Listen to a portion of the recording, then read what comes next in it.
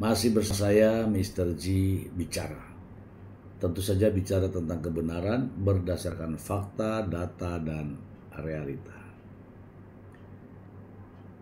Nikita Mirjani telah resmi melaporkan Fadel Bajideh ke polisi, tepatnya di Polres Jakarta Selatan. Laporan ini terkait dengan tindak pidana perbuatan cabul atau persetubuhan terhadap anak di bawah umur. Hal ini melanggar Undang-Undang Nomor 35 Tahun 2014 tentang perlindungan anak atas perubahan Undang-Undang Nomor 23 Tahun 2002. Terkait dengan perlindungan anak, ini sudah diatur dalam undang-undang secara khusus untuk menangani kasus yang melibatkan anak. Baik anak menjadi korban, anak menjadi yang kehilangan kehormatan. Terkait undang-undang perlindungan anak ini tentu saja dipisahkan dengan induknya yaitu KUHP. Jadi sekira usia daripada putri sulung daripada Nikita Mirjani adalah 16 atau 17 tahun, lahir tahun 2007, maka proses penyidikannya ditangani oleh Unit Perlindungan Perempuan dan Anak atau PPA. Nah, saya ingin menyampaikan prediksi terkait dengan penanganan perkara ini Penanganan perkara tindak pidana persetubuhan terhadap anak di bawah umur. Begini teman-teman, saya belum tahu persis bagaimana laporan ini terjadi, karena apakah terkait dengan yang diberitakan itu aborting itu atau hanya persetubuhan anak. Kalau persetubuhan terhadap anak di bawah umur seperti yang saya sampaikan tadi, yaitu melanggar Undang-Undang Nomor 35 Tahun 2014. Pasalnya adalah 76D dan 76E, yaitu barang siapa melakukan persetubuhan terhadap anak yang masih di bawah umur diancam pidana paling lama 15 tahun dan paling ringan 5 tahun. Nah, apakah ada kasus-kasus lain yang dilaporkan? Saya belum tahu itu Namun yang dilaporkan adalah Fadel Bajideh.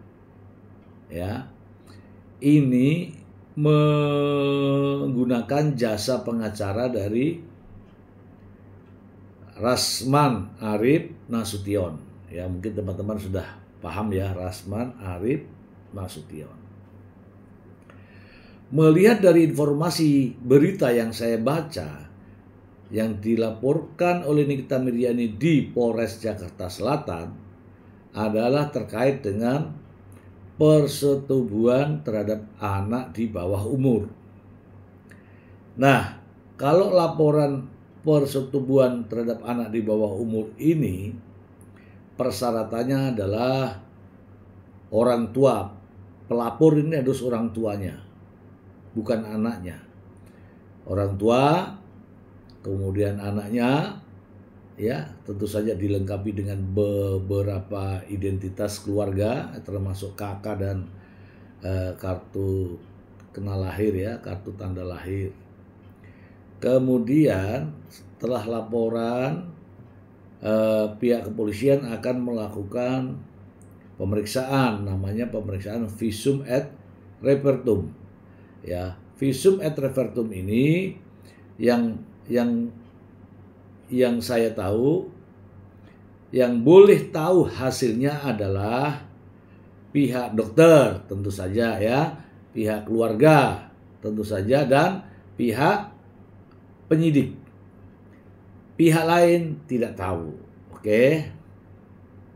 Terkait unsur-unsur pidananya, korban harus, ya, yang utama adalah korban haruslah berusia di bawah 18 tahun atau masih di bawah umur.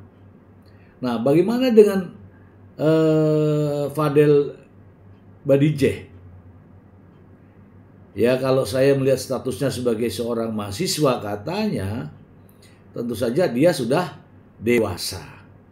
Nah, Undang-Undang Perlindungan Anak ini ditujukan untuk melindungi anak yang masih di bawah umur. Sehingga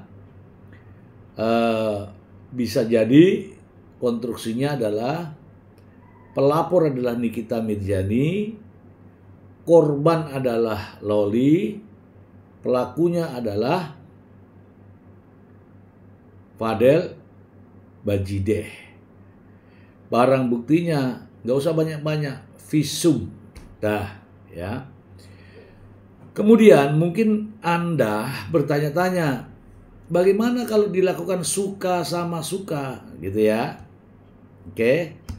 Nah, dalam peraturan perundang-undangan ini tidak mengenal istilah suka sama suka, mau sama mau, atau saling cinta. Tidak mengenal itu. Yang di sini adalah yang ada haruslah perempuan atau korban ini masih di bawah umur. Titik. Nah, Nikita Mirzani yakin, teramat sangat yakin bahwa Fadel Badijeh dapat masuk ke penjara gara-gara laporannya. Iya, itu benar. Jadi saat ini sedang berlangsung ya, sedang berlangsung pemeriksaan pelapor, saksi-saksi termasuk korban ya, proses pemeriksaan medis yaitu visum. Selanjutnya teman-teman, setelah ini selesai, akan dilakukan pemanggilan terhadap terduga ya atau calon tersangka, yaitu Fadel Badijeh. Nah, setelah dipanggil nanti dia akan didampingi, akan datang ke Polres Metro Jakarta Selatan, akan didampingi pengacara. Ini adalah prediksi saya. Fadel Badijeh setelah diperiksa awal tersangka, langsung akan dilakukan penahanan ya, langsung akan dilakukan penahanan. Ini prediksi ya, dengan menggunakan baju oranye. Dan sang pengacara Rasman Arif Nasution akan berusaha untuk mengajukan permohonan penangguhan penahanan. Tetapi jelas itu hak daripada pengacara.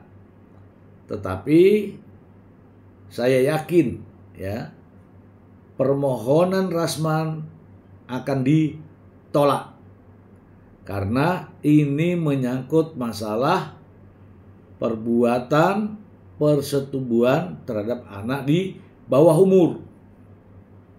Jadi, prediksi saya, proses ini ya, walaupun dia didampingi oleh pengacara kondang yang bernama Rasman Arif Nasution, pasti ya proses akan berlangsung secara prosedural, profesional, dan proporsional. Terhadap Fadel Bajideh akan tetap dilakukan penahanan. Baru terkait dengan kasus persetubuhan terhadap anak di bawah umur. Saya ulangi lagi, persetubuhan terhadap anak di bawah umur ini tidak mengenal suka sama suka, tidak mengenal mau sama mau, tidak mengenal cinta sama cinta, tidak. Yang penting korbannya adalah anak yang masih di bawah umur. Lalu bagaimana proses pengambilan bukti dari visum et repertum? Teman-teman semua, ketika polisi telah menerima laporan terkait dengan persetubuhan, akan secara otomatis polisi juga akan membuat surat kepada dokter atau rumah sakit untuk melakukan pemeriksaan alat vital. Apakah itu pemeriksaan dokter, ya kan?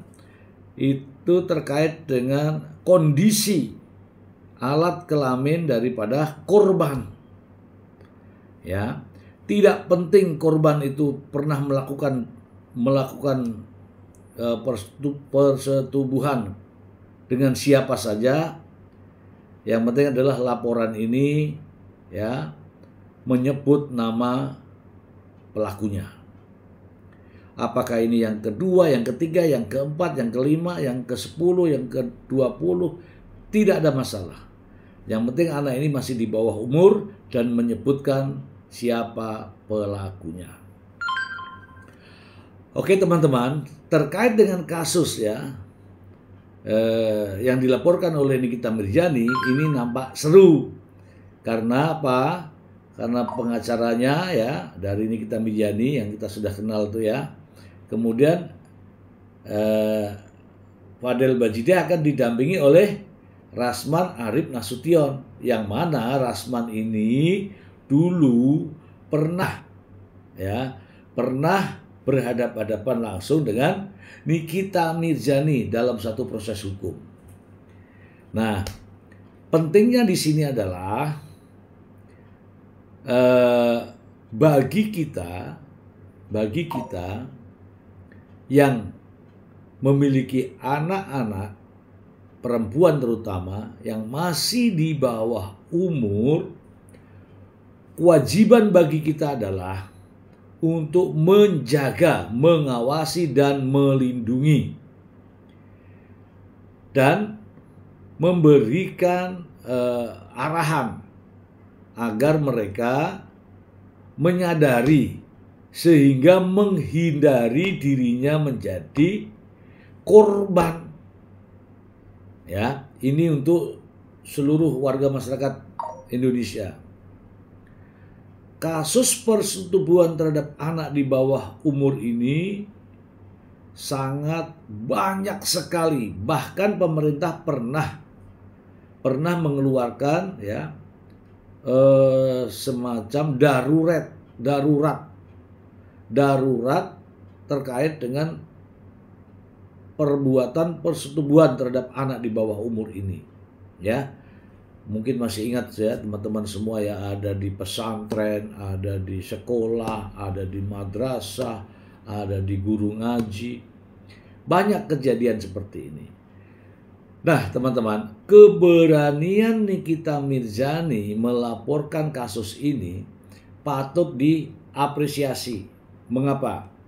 Banyak daripada orang tua yang memiliki anak yang masih di bawah umur ini tidak tahu harus berbuat apa ketika kejadian tersebut menimpa anaknya. Untuk itu, dengan adanya keberanian Nikita Mirzani melaporkan apa yang menimpa Loli ke pihak kepolisian, ini membuktikan bahwa seorang ibu haruslah berani melakukan tindakan-tindakan seperti yang dilakukan oleh Nikita Mirzani, dimanapun kejadiannya, siapapun korbannya, harus berani melaporkan ini. Ya, jangan diam, jangan pasrah. Kenapa? Karena yang seperti ini banyak sekali. Sehingga kalau bisa ya dikurangi atau dihilangkan. Demikian ya teman-teman ya, saya ulangi lagi prediksi saya setelah Fadel Bajidah ini diperiksa, yakin dan percaya prediksi saya akan dilakukan penahanan. Demikian, semoga bermanfaat. Terima kasih. Assalamualaikum warahmatullahi wabarakatuh.